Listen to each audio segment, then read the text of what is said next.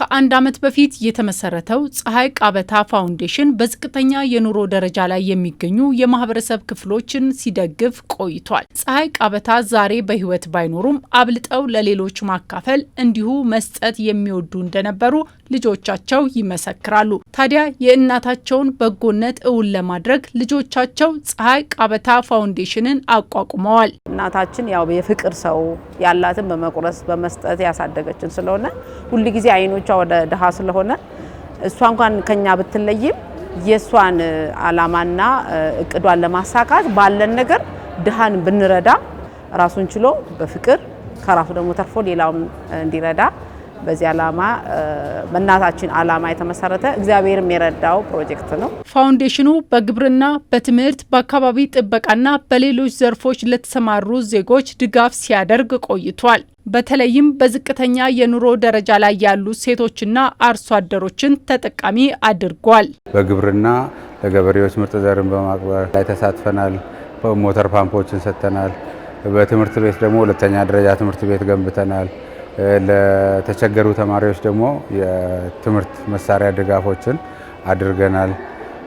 በዋናነት ደግሞ ትኩረት አድርገን የሰራነው ወጣቶችን በማደራጀት በግሩፕ ሆኖ ወደ ስራ እንዲገቡ ስልጠና ሰጥተን ስራ የሚጀምሩበትም ብርም ካፒታል ሰፖርት አድርገናል። በዛሬው ዕለትም ለፋውንዴሽኑ ገቢ የሚፈጥር የዳቦ ፋብሪካ በአዳማ ከተማ ተመርቆ ስራ ጀምሯል። በምረቃ ስነ ስርዓቱ ላይ የብሔራዊ ባንክ ገዢ ዶክተር ኢዮብ ተካልኝ፣ የአዳማ ከተማ ከንቲባ ኃይሉ ጀልዴና የፋውንዴሽኑ መስራቾች ተገኝተዋል። በ50 ሚሊዮን ብር ወጪ የተገነባው የዳቦ ፋብሪካው በአነስተኛ ዋጋ ዳቦን ለከተማዋ ማህበረሰብ ያቀርባል። 50 ሚሊዮን ብር ጨርሰናል። እዚህ ግንባታ ላይ የዚህ ዓላማ ምንድነው?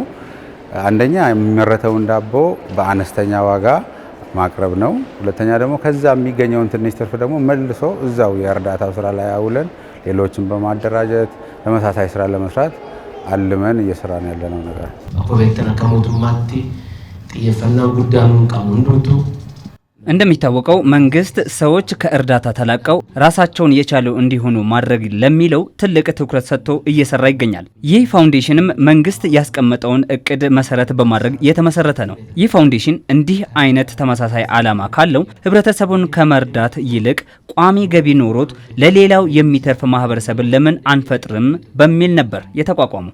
ይህ ፋብሪካም ሁለት ጥቅም ይኖረዋል። አሁን ይህ ፋውንዴሽን ይህ ፋብሪካ እዚህ እንዲከፈት አድርጓል። ይህም ፋብሪካ ሁለት ጥቅሞች ይኖሩታል። አንደኛው ፋብሪካው ትልቅ አቅም ስላለው የዳቦ አቅርቦት ችግርን ይፈታል። ሁለተኛው የተቸገሩ ሰዎች እንዲረዱና ራሳቸውን እንዲችሉ ያደርጋል። የዚህ ፋብሪካ እዚህ መቋቋም ትልቅ ትርጉም አለው። የዳቦ ፋብሪካው ከ20 በላይ ለሚሆኑ ዜጎችም የስራ እድል ፈጥሯል። ለኔ በጣም ደስ ብሎኛል። ቀጥሎ ደግሞ ከኔ ጋር ላሉ ልጆችም በጣም ደስታቸውን የገለጹ ነው የተገኙ አሉት። አሁን ከዛ በኋላም ደግሞ ብዙ ልጆች አሉ ግቢ ውስጥም የሚሰሩት ከዳቦ ሙያ ውጭ ጽዳት ላይ ተሰማርተው ሽያጭ ላይ ተሰማርተው የሚሰሩ ልጆችም አሉ። እነሱም በጣም ደስ ብሏቸዋል። ደስታቸውን የተናገሩ አሉት። በጣም ደስ ብሎናል አጠቃላይ እና እኛም ለማገልገል ዝግጁ ነን። በርትተን እንደምናገለግል ተስፋ አደርጋለሁ። ከዚህ በፊት ዳቦ ቤት ሰርቼ ምናምን አላቅም ነበር ዳቦ እንዴት እንደሚጋገር።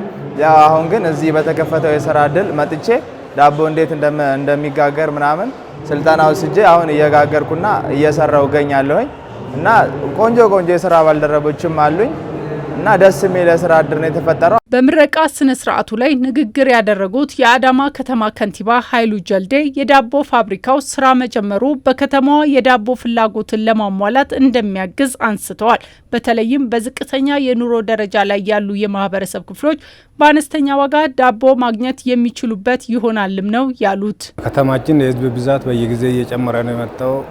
የተማሪዎች ቁጥር በዛው መጠን ብዙ ተማሪዎች አሉ በየትምህርት ቤቱ። አጠቃላይ እንደ ከተማው ደግሞ የከተማው የኢንቨስትመንትና ኢንዱስትሪ ከተማ ናት። የሁሉ የህዝብ እንቅስቃሴ የሚበዛባት ከተማ ናት። ሁሉም ሰዎች የከተማ ነዋሪዎች ወደ የስራ የሚሄዱባት የስራ ከተማ የኢንቨስትመንት ከተማ ናት። ይህን እንግዲህ የዳቦ አቅርቦት እነዚህን ሁሉ ለማሟላት አጠቃላይ የከተማውን እንቅስቃሴ ሙሉ ለማድረግ በተለይም ደግሞ የኑሮ ውድነትን ለመቀነስና አቅርቦቱን ለማሻሻል ጉልህ አስተዋጽኦ ያበረክታል ብለን እናምናለን።